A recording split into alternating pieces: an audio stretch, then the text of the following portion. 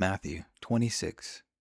Now it came to pass, when Jesus had finished all these sayings, he said to his disciples, You know that after 2 days is the Passover, and the Son of Man will be delivered up to be crucified. Then the chief priests, the scribes, and the elders of the people assembled at the palace of the high priest, who was called Caiaphas, and plotted to take Jesus by trickery and kill. But they said, Not during the feast, lest there be an uproar among the people. And when Jesus was in Bethany, at the house of Simon the leper, a woman came to him, having an alabaster flask of very costly fragrant oil, and she poured on his head as he sat. But when his disciples saw, they were indignant, saying, Why this waste? For this fragrant oil might have been sold for much and given to the poor. But when Jesus was aware of it, he said to them, Why do you trouble the woman? For she has done a good work for me. For you have the poor with you always, but me you do not have always. For in pouring this fragrant oil on my body, she did for my burial. Assuredly, I say to you, wherever this gospel is preached in the whole world, what this woman has done will also be told as a memorial to her. Then one of the 12, called Judas Iscariot, went to the chief priests and said, What are you willing to give me if I deliver him to you? And they counted out to him 30 pieces of silver. So from that time he sought opportunity to betray him. Now on the first of unleavened bread, the disciples came to Jesus, saying to him, Where do you want us to prepare for you to eat the Passover? And he said, Go into the city to a certain man, and say to him, The teacher says, My time is at hand. I will keep the Passover at your house with my disciples. So the disciples did as Jesus had directed them, and they prepared the Passover. When evening had come, he sat down with the 12. Now as they were eating, he said, Assuredly, I say to you, one of you will betray me. And they were exceedingly sorrowful, and each of them began to say to him, Lord, is it I? He answered and said, He who dipped hand with me in the dish will betray me. The Son of Man indeed goes, just as it is written of him, but woe to that man by whom the Son of Man is betrayed. It would have been good for that man if he had not been born. Then Judas, who was betraying him, answered and said, Rabbi, is it I? He said to him, You have said it. And as they were eating, Jesus took bread, blessed, and broke, and gave to the disciples and said, Take, eat. This is my body. Then he took the cup and gave thanks, and gave to them, saying, Drink from it, all of you. For this is my blood of the new covenant, which is shed for many for the remission of sins. But I say to you, I will not drink of this fruit of the vine from now on until that day when I drink it new with you in my Father's kingdom. And when they had sung a hymn, they went out to the Mount of Olives. Then Jesus said to them, All of you will be made to stumble because of me this night, for it is written, I will strike the shepherd, and the sheep of the flock will be scattered. But after I have been raised, I will go before you to Galilee. Peter answered and said to him, Even if all are made to stumble because of you, I will never be made to stumble. Jesus said to him, Assuredly I say to you that this night, before the rooster crows, you will deny me 3 times. Peter said to him, Even if I have to die with you, I will not deny you. And so said all the disciples. Then Jesus came with them to a place called Gethsemane, and said to the disciples, Sit here while I go and pray over there. And he took with him Peter and the 2 sons of Zebedee, and he began to be sorrowful and deeply distressed. Then he said to them, My soul is exceedingly sorrowful, even to death. Stay here and watch with me. He went a little farther and fell on his face and prayed, saying, O my Father, if it is possible, let this cup pass from me.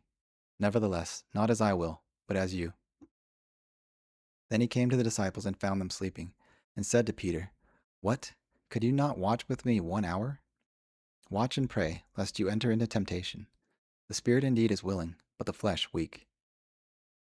Again a second time he went away and prayed, saying, O my Father, if this cup cannot pass away from me unless I drink it, your will be done.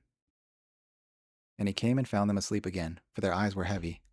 So he left them, went away again, and prayed the 3rd time, saying the same words. Then he came to his disciples and said to them, Are you still sleeping and resting? Behold, the hour is at hand, and the Son of Man is being betrayed into the hands of sinners. Rise, let us be going. See, my betrayer is at hand. And while he was still speaking, behold, Judas, one of the 12, with a great multitude with swords and clubs, came from the chief priests and elders of the people. Now his betrayer had given them a sign, saying, Whomever I kiss, he is the one. Seize him. Immediately he went up to Jesus and said, Greetings, Rabbi, and kissed him. But Jesus said to him, Friend, why have you come? Then they came and laid hands on Jesus and took him. And suddenly one of those with Jesus stretched out hand and drew his sword, struck the servant of the high priest, and cut off his ear. But Jesus said to him, "Put your sword in its place, for all who take the sword will perish by the sword. Or do you think that I cannot now pray to my Father, and he will provide me with more than 12 legions of angels? How then could the scriptures be fulfilled that it must happen thus?" In that hour Jesus said to the multitudes, "Have you come out as against a robber, with swords and clubs to take me? I sat daily with you, teaching in the temple, and you did not seize me." But all this was done that the scriptures of the prophets might be fulfilled. Then all the disciples forsook him and fled. And those who had laid hold of Jesus led away to Caiaphas the high priest, where the scribes and the elders were assembled. But Peter followed him at a distance to the high priest's courtyard, and he went in and sat with the servants to see the end. Now the chief priests, the elders, and all the council sought false testimony against Jesus to put him to death, but found none. Even though many false witnesses came forward, they found none. But at last 2 false witnesses came forward and said, "This said, I am able to destroy the temple of God and to build it in 3 days." And the high priest arose and said to him, "Do you answer nothing? What these men testify against you?" But Jesus kept silent. And the high priest answered and said to him, "I put you under oath by the living God. Tell us if you are the Christ, the Son of God." Jesus said to him, "You said. Nevertheless, I say to you, hereafter you will see the Son of Man sitting at the right hand of the power and coming on the clouds of heaven." Then the high priest tore his clothes, saying, "He has spoken blasphemy. What further need do we have of witnesses? Look, now you have heard his blasphemy. What do you think?" They answered and said, "He is deserving of death." Then they spat in his face and beat him, and others struck with the palms of their hands, saying, "Prophesy to us, Christ. Who is the one who struck you?" Now Peter sat outside in the courtyard, and a servant girl came to him, saying, "You also were with Jesus of Galilee." But he denied it before all, saying, "I do not know what you are saying." And when he had gone out to the gateway, another saw him, and said to those there, "This also was with Jesus of Nazareth." But again he denied with an oath, "I do not know the man."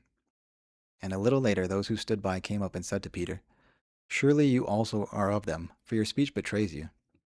Then he began to curse and swear, "I do not know the man." Immediately a rooster crowed.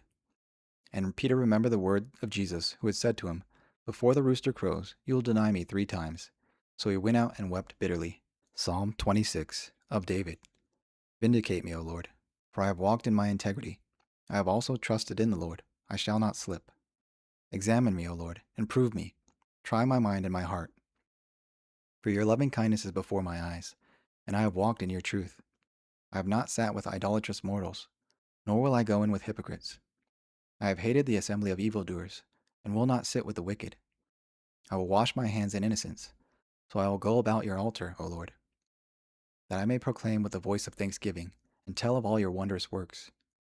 Lord, I have loved the habitation of your house, and the place where your glory dwells. Do not gather my soul with sinners, nor my life with bloodthirsty men, in whose hands is a sinister scheme, and whose right hand is full of bribes. But as for me, I will walk in my integrity. Redeem me, and be merciful to me. My foot stands in an even place. In the congregations I will bless the Lord. Proverbs 26. As snow in summer, and rain in harvest, so honor is not fitting for a fool. Like a flitting sparrow, like a flying swallow, so a curse without cause shall not alight. A whip for the horse, a bridle for the donkey, and a rod for the fool's back. Do not answer a fool according to his folly, lest you also be like him. Answer a fool according to his folly, lest he be wise in his own eyes. He who sends a message by the hand of a fool cuts off feet, drinks violence. The legs of the lame that hang limp is a proverb in the mouth of fools. Like one who binds a stone in a sling is he who gives honor to a fool. A thorn goes into the hand of a drunkard, a proverb in the mouth of fools. The great who formed everything gives the fool hire, and the transgressor wages. As a dog returns to his own vomit, a fool repeats his folly. Do you see a man wise in his own eyes? More hope for a fool than for him.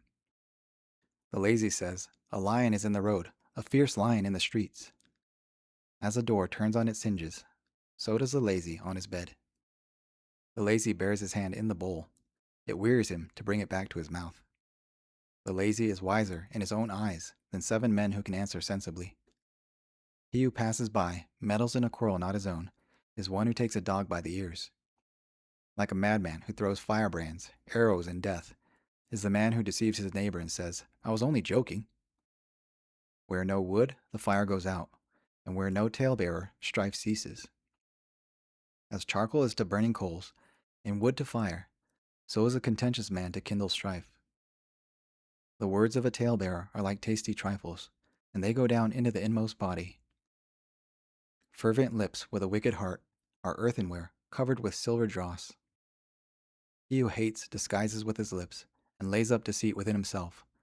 When he speaks kindly, do not believe him, for 7 abominations are in his heart. Hatred is covered by deceit. His wickedness will be revealed before the assembly.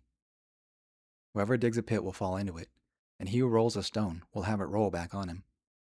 A lying tongue hates those crushed by it, and a flattering mouth works ruin.